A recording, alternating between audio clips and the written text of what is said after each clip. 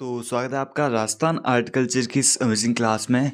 Rajasthan art culture की जो हमारी पिछली क्लास हुई थी उसमें हमने पढ़ना स्टार्ट किया था राजस्थान की स्थापत्य कला के बारे में जानना, जिसमें कि हमने पढ़ना स्टार्ट किया था राजस्थान के दुर्गों के बारे में, जिसमें कि हमने बेसिक इंट्रोडक्शन पिछली क्लास में देख लिया था।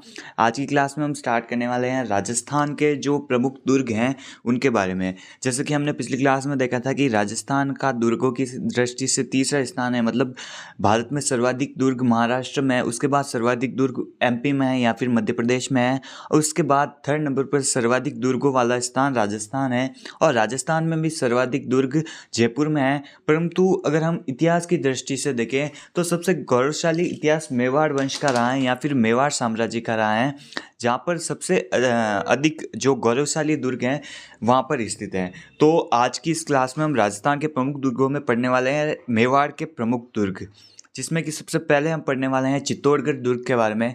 चित्तौड़गढ़ दुर्ग ये धानवन दुर्ग को छोड़कर सभी श्रेणी में शामिल है। जैसे कि हमने पिछली क्लास में पढ़ा था कि शुक्र नीति के अनुसार दुर्गों को 9 कैटेगरी में विभाजित किया गया है, जिसमें से सभी कैटेगरी में ये चित्तौड़गढ़ दुर्ग फिट बैठता है। खाली एक धानवन दुर्ग की एक कैटेगरी ऐसी है जिसमें कि ये चित्तौड़गढ़ दुर्ग नहीं है। धानवन दुर्ग होते क्या हैं, तो समतल भूमि पर या फिर मरुस्थल पर बने दुर्ग को धानवन दुर्ग की श्रेणी में सम्मिलित करते हैं। तो चित्तौड़गढ़ दुर्ग धानवन को छोड़कर सभी 8 श्रेणियों में सम्मिलित हो सकता है या फिर होता है। तो इस दुर्ग के उपनाम कौन कौन से हैं वो हमें एग्जामों में पूछे जाते हैं। इस दुर्ग का उपनाम है चित्रकूट दुर्ग, दुर्गों का सिरमौर या फिर सिरमौर दुर्ग, राजस्थान का गौरव, दक्षिणी पूर्वी द्वार, दुर्गों का दुर्ग। और अबुल फजल ने इसके बारे में कहा है कि गढ़ तो चित्तौड़गढ़ बाकी सब गढ़ैया। ये जो दुर्ग हैं वो गंभीरी और बेड़िच नदी के संगम पर स्थित हैं, जो कि राजस्थान का क्षेत्रफल में सबसे बड़ा दुर्ग है, जिसकी लंबाई तो 8 किलोमीटर है और चौड़ाई 2 किलोमीटर है। यह दुर्ग मेसा के पठार पर स्थित है, जिसकी आकृति इस पठार की आकृति वेल मछली के समान है।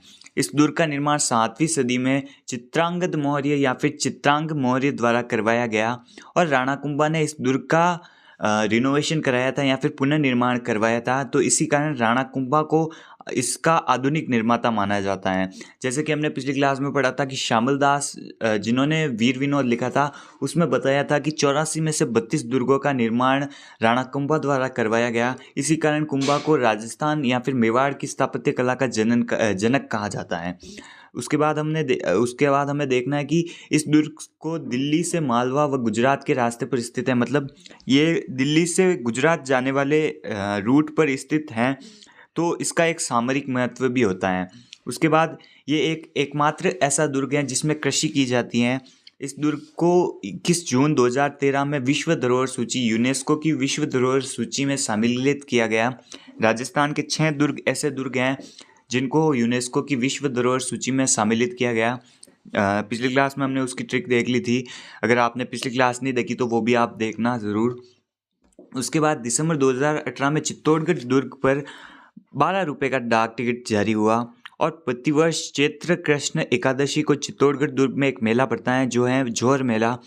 आपको पता ही होगा कि चित्तौड़गढ़ दुर्ग में 3 शाखे हो चुके हैं। एक तो 1301 में, उसके बाद 1334-35 में, उसके बाद 67-68 में। ये 3 शाखे चित्तौड़गढ़ के 3 शाखे हुए। उसके बाद प्रतिवर्ष जोर मेला बढ़ता है, ये हमने देख लिया। उसके बाद हमें देखना है कि दुर्ग में कौन कौन सी चीज़ें स्थित हैं। सबसे पहले इस दुर्ग को दक्षिणी प्रवेश द्वार कहा जाता है, राजस्थान का दक्षिणी प्रवेश द्वार कहा जाता है, और मालवा का प्रवेश द्वार कहा जाता है। मालवा कौन सा है, तो एमपी वाला प्रदेश जो है, हड़ौती के पठार के नीचे जो मालवा का पठार है उसको मालवा मतलब ओल्ड टाइम में मालवा कहा जाता था। इस दुर्ग में जयमल, फत्ता, कल्ला राठौड़, रैदास और बाघ सिंह की छतरियाँ भी स्थित हैं। गीतेल बावड़ी, कातन बावड़ी, जयमल फत्ता तालाब, गोमुख कुंड, हाथी कुंड, सूर्य कुंड, भीमलत तालाब आदि तालाब व बावड़ियाँ स्थित हैं। श्रृंगार चौरी मंदिर, इसमें मंदिरों में श्रृंगार चौरी मंदिर फेमस है। यह श्रृंगार चौरी मंदिर क्या था, तो जो कुंभा थे, राणा कुंभा, उनकी जो पुत्री थी जिनका नाम था पुत्री रमाबाई, जिन्हें हम बागेश्वरी की उपाधि भी धारण की थी, और उनकी जो शादी हुई थी उसकी चंवरी जहाँ पर मंडी थी उसी को श्रृंगार चौरी मंदिर के रूप में रिनोवेट करवाया गया था कुंभा के कोषाध्यक्ष वेलका द्वारा, और इसे शांतिनाथ जैन मंदिर बना दिया गया। रमाबाई की शादी किससे हुई तो मांडलिक नामक व्यक्ति से रमाबाई कुंभा की पुत्री रमाबाई की शादी हुई थी। श्रृंगार चौकी मेहरानगढ़ में है, मतलब नोट लगा के लिखा गया है, अगर आप नाम में कंफ्यूज हो जाओ तो श्रृंगार चौरी मंदिर तो चित्तौड़गढ़ में है और श्रृंगार चौकी मेहरानगढ़ में है, जहाँ राठौड़ जो राजवंश है वहाँ के जो शासक होते थे, नए शासक बनते थे, तो श्रृंगार चौकी जो मेहरानगढ़ में है वहाँ पर उनका राज तिलक होता था। उसके बाद नेक्स्ट यहाँ पर मंदिर है शमिदेश्वर मंदिर, जिसे मोकल मंदिर भी कहते हैं। इसका निर्माण राजा भोज द्वारा कराया गया, जो परमार वंश के शासक थे।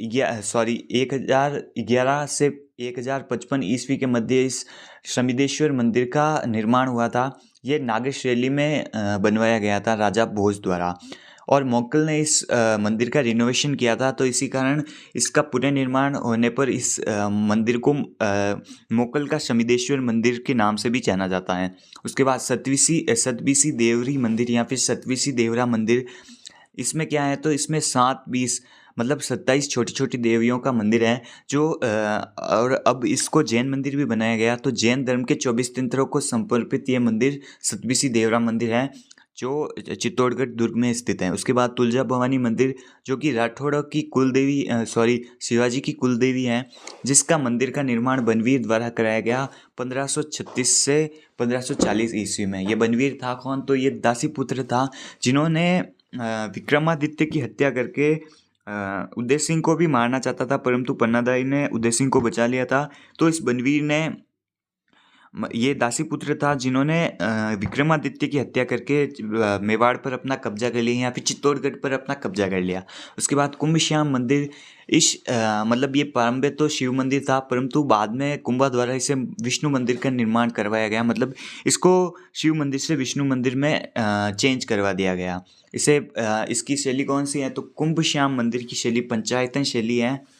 उसके बाद कालिका माता मंदिर, ये एक सूर्य मंदिर था जिसका निर्माण 8वीं सदी में करवाया गया मानमोरी द्वारा। यह प्रतिहार कालीन मंदिर है। इस मंदिर में 12वीं सदी में कालिका माता मूर्ति स्थापित की गई। उसके बाद दुर्ग में पद्मिनी महल, गोरा बादल महल, जयमल फत्ता की हवेलियाँ, पुरोहितों की हवेलियाँ, कुंभा महल, नवलखा महल, नवकोटी महल। यहाँ पर इस नवकोटी महल में क्या था तो इस नवकोटी महल में जब बनवीर उदय सिंह को मारने आया था तो इसी महल में पन्नादाई ने अपने पुत्र चंदन का बलिदान दिया था। उसके बाद फतेह महल, भामाशाह की हवेलियाँ, सलूम्बर की हवेलियाँ, रामपुरा की हवेलियाँ, आहाड़ा हिंगलू मंदिर, रतन सिंह महल, आला काबरा की हवेलियाँ, राव रणमल की हवेलियाँ आदि प्रमुख इसमें स्थित हैं। उसके बाद 2 स्तंभ स्थित हैं, एक तो विजय स्तंभ और एक कीर्ति स्तंभ। विजय स्तंभ जो कुंभा की सारंगपुर विजय के उपलक्ष्य में बनवाया गया था। इसकी ऊंचाई तो 122 फीट है, जो 9 मंजिला इमारत है। इसकी चौड़ाई अगर मैं पूछ ले तो 30 फुट है और 157 इसकी सीढ़ियाँ हैं। इसकी सीढ़ियाँ 157 हैं और जो तीसरी मंजिल पर अल्लाह शब्द लिखा गया अरबी में। उसके बाद इसकी अगर शिल्पी पूछ ले तो शिल्पी जेता था और जो उसका सहयोगी थे नाथा पामा पुंजा। इस चित्तौड़गढ़ दुर्ग में विजय स्तंभ का निर्माण कब से कब तक हुआ तो 1440 से 1448 में राणा कुंभा द्वारा इसका निर्माण करवाया गया सारंगपुर मालवा की विजय के उपलक्ष्य में। उसके बाद इसकी प्रथम मंजिल पर कुंभश्याम विष्णु मंदिर स्थित है, जिसका कारण इसे डॉक्टर उपेंद्र नाथ ने इसे विष्णु ध्वज भी कहा। इसकी तीसरी मंजिल पर अल्लाह लिखा गया है, ये हमने बता दिया। इसका उपनाम है मूर्तियों का अजायब घर और विष्णु ध्वज। उसके बाद 15 अगस्त 1949 को इसमें 1 रुपये का डाक टिकट जारी हुआ। माध्यमिक शिक्षा बोर्ड का प्रतीक चिन्ह है, राजस्थान पुलिस का भी प्रतीक चिन्ह है और जो वीर सावरकर द्वारा जो एक संस्था स्टार्ट की गई, मुझे अभी नाम याद नहीं आ रहा, उसका भी प्रतीक चिन्ह ये विजय स्तंभ ही है। उसके बाद इसमें कीर्ति स्तंभ प्रस्तुति 9वीं मंजिल पर कवि अत्रि या फिर कवि महेश द्वारा लिखी गई कीर्ति स्तंभ प्रशस्ति भी इसकी 9वीं मंजिल पर थी। उसके बाद क्षतिग्रस्त होने पर अभी इसको हटा दिया गया है। उसके बाद विजय स्तंभ को या फिर विक्ट्री टावर को क्या क्या विद्वानों द्वारा क्या क्या कहा गया, तो उसके बारे में हम देखते हैं। कुतुब मीनार से श्रेष्ठ कर्नल ट्रॉट द्वारा कहा गया। रोम का टार्जन से तुलना फर्ग्यूसन द्वारा की गई। हिंदू प्रतिमा या फिर शस्त्रों की अनुपम निधि डॉक्टर R.P. व्यास द्वारा की गई। उसके बाद संगीत की भव्य चित्रशाला डॉक्टर सीमा राठौर द्वारा कहा गया। उसके बाद पौराणिक देवताओं का अमूल्य कोश गौरीशंकर हीराचंद ओझा या फिर G.H. ओझा द्वारा कहा गया। उसके बाद लोक जीवन का रंगमंच डॉक्टर गोपीनाथ शर्मा द्वारा, और उसके बाद विष्णु ध्वज डॉक्टर उपेंद्र नाथ डे द्वारा। उसके बाद हम देखते हैं विजय स्तंभ के बाद कीर्ति स्तंभ के बारे में। कीर्ति स्तंभ ये चित्तौड़गढ़ दुर्ग में स्थित है, जिसे जैन स्तंभ या फिर कनक प्रभ भी कहते हैं। इसका निर्माण 12वीं शताब्दी में बगेरवाल महाजन स्नायक के पुत्र जैन व्यापारी जीजा द्वारा करवाया गया। इसकी ऊंचाई 75 फीट है और 7 मंजिला इमारत है। इस इमारत को जैन धर्म के प्रथम तीर्थंकर आदिनाथ या फिर ऋषभदेव को समर्पित है। जैन धर्म में कुल 24 तीर्थंकर हुए थे, जिनमें से 24वें तीर्थंकर थे महावीर स्वामी। इस दुर्ग पर अधिकार, तो हम इसके इतिहास के बारे में भी देखते हैं कि इसका निर्माण कैसे हुआ और इस पर किन किन का अधिकार हुआ। तो 8वीं सदी में निर्माण के बाद अफगानिस्तान के मामू का इस पर अधिकार हुआ था। उसके बाद 8वीं शताब्दी में ही 734 ईस्वी में बप्पा रावल द्वारा मानमोरी को हराकर इस चित्तौड़गढ़ दुर्ग पर अधिकार किया गया।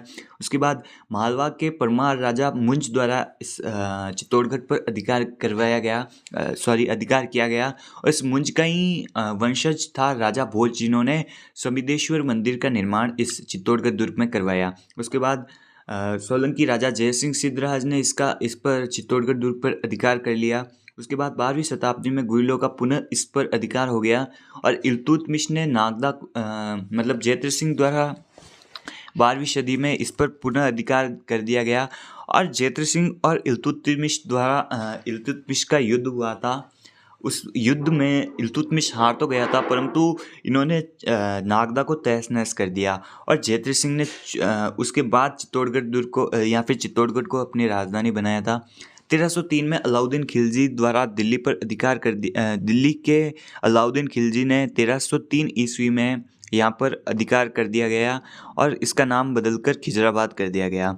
और 1303 में ही चित्तौड़गढ़ दुर्ग का प्रथम शाखा हुआ था, जिसमें शाखा करने वाली तो थी पद्मिनी और जो केसरिया करने वाले थे रतन सिंह। उसके बाद 1326 में राणा हमीर, जो राणा वंश के प्रथम शासक थे, उन्होंने इस पर पुनः अधिकार कर लिया। उसके बाद 1534-35 में जो शाखा हुआ था, उसके बाद 34-35 में जो शाखा हुआ था और बहादुर शाह का यहाँ पर अधिकार हो गया था और कर्णावती ने राखी भेजी थी हुमायूं को। तो 1535 में हुमायूं ने वापस इस पर अधिकार करके विक्रमादित्य को सौंप दिया था और विक्रमादित्य की हत्या कर दी थी दासी पुत्र बनवीर ने। और बनवीर का अधिकार रहा 1536 से 40 तक। उसके बाद 40 में युद्ध हुआ, 40 में मावली का युद्ध हुआ। 1540 में मावली का युद्ध हुआ राणा उदय सिंह और बनवीर के मध्य, और राणा उदय सिंह ने इस पर पुनः 1540 में अधिकार कर लिया। और 1544 में उदय सिंह ने इस दुर्ग की चाबी शेरशाह सूरी को सौंप दी थी। उसके बाद 1567-68 में चित्तौड़ के तीसरे शाखे के बाद इस पर अकबर का अधिकार हो गया। और लास्ट में जाते जाते 1615 में जहांगीर ने ये दुर्ग राणा अमर सिंह को सौंप दिया, क्योंकि अमर सिंह के पुत्र कर्ण सिंह ने जहांगीर से संधि कर ली थी। और 1615 में जहांगीर ने इस दुर्ग की चाबी वापस अमर सिंह को सौंप दी। और दशरथ शर्मा के अनुसार चित्तौड़गढ़ दुर्ग के प्रथम विजेता जयद्रथ सिंह था। अब इस दुर्ग के 3 शाखे हम पढ़ते हैं। सबसे पहले 1303 में जो शाखा हुआ था, उसमें रतन सिंह और अलाउद्दीन खिलजी आपस में लड़े थे, जिसमें रतन सिंह ने केसरिया किया और उनकी रानी जो पद्मिनी थी, उन्होंने 1600 रानियों के साथ जौहर व्रत का पालन किया। उसके बाद 1534-35 में विक्रमादित्य ने विक्रमादित्य के सेनापति भाग सिंह ने इसमें केसरिया किया था और राणा सांगा की पत्नी कर्मावती ने जौहर का नेतृत्व किया। इस समय आक्रमण किसका होता? तो इस समय आक्रमण गुजरात के शासक बहादुर शाह ने इस पर आक्रमण किया और कर्मावती ने हुमायूं को राखी भेजी और हुमायूं ने वापस इस दुर्ग को छुड़ाकर विक्रमादित्य को सौंप दिया था। उसके बाद 67-68 में दिल्ली का साका मतलब दिल्ली के बादशाह अकबर ने इस पर आक्रमण किया, जिसमें राणा उदय सिंह तो चले गए थे और उसके पीछे जो उनके सेनापति थे जयमल मेड़तिया और फत्ता चुंडावत, जिनके नेतृत्व में केसरिया हुआ और गुलाब कंवर व फूल कंवर के नेतृत्व में जौहर हुआ। उसके बाद राजस्थान के प्रथम साके के बारे में दिया गया है कि राजस्थान का प्रथम साका रणथंभौर का साका है जो 1301 में हुआ था, जिसमें कौन कौन लड़े थे? तो अलाउद्दीन खिलजी का आक्रमण हुआ था और हमीरदेव चौहान ने केसरिया किया और उनकी रानी रंगदेव और पद्मला के नेतृत्व में जल जौहर हुआ। उस समय दिल्ली का सुल्तान अलाउद्दीन खिलजी था, ये हमने पढ़ लिया था। इसमें 7 प्रवेश द्वार है। सबसे पहले प्रवेश द्वार हैं पटवाटन पोल या फिर पाटन पोल, जिसके एंट्री में ही भाग सिंह की छतरी थी, जिन्होंने सेकंड साके में अपने केसरिया किया था। उसके बाद भैरव पोल है या फिर कल्ला राठौड़ और जयमल मेड़तिया के छतरी बनी है। कल्ला राठौड़ की 4 खंभों की और जयमल मेड़तिया की 16 खंभों की छतरी है। उसके बाद हनुमान पोल, गणेश पोल, जोड़ला पोल, लक्ष्मण पोल, राम पोल यहाँ पर फत्ता स्मारक बनाया गया है।